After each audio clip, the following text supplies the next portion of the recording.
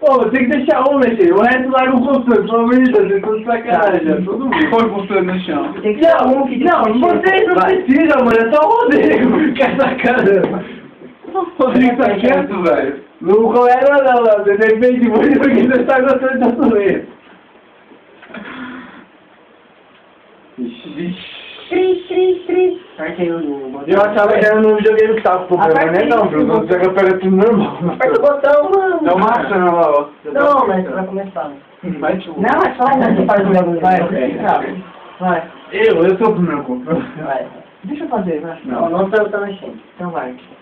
Então, Pô, você quer ver o modo carreira? É mó legal, mano. Não, zumbi. Quero jogar zumbi. Na chance de um Battlefield.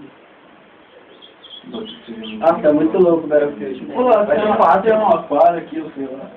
É o quê? Um aquário aqui, eu quero fazer um barulho. Sim, como HD? É um índio. Lá na frente tem uma vez. Lá na frente tá mandando índio aqui dentro. Ô, cara, funcionando aqui. É ventilador tudo. Apertei. Calma aí. Oxi! O que tá girando aí? É um ventilador aqui. Cooler. O bagulho do cooler. Caramba, que É que termina você. tecnologia dos caras. Fazer ventilador com cooler. E tá usando pilha? Não, É na tomada. Nossa, aí sim.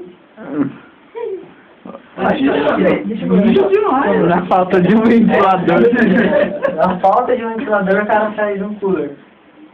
Fica a dica, na falta de um ventilador, compre um cooler. O cara lá que fez uma geladeira com pastilha Peltier.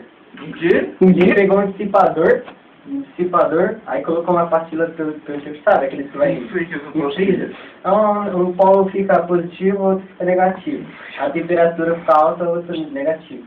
Aí ele pôs, colocou um dissipador, colocou uma caixa de isopor e tampou com aquele papel Quer dizer que é muito térmico. Aí ele põe uma latinha e liga no USB do notebook. Vai acabar ficando. Meu, ninja, cara. Vou pegar um frigobar. Aí a temperatura vai até 5 graus fazendo assim, vai geladinho. É você fazendo isso. Eu tava ali. Você vai me pagar hoje. Tá bom, sabe o que você quer? Ô, mano, para de mexer. Os caras não conseguem, velho. Os caras querem apertar o botão. Vai, pô. Vamos pro outro então. Mais fácil. Vamos zumbi. Você tá gravando já? Não. É lógico, burro. Ele tá gravando já. Vai gastar tudo.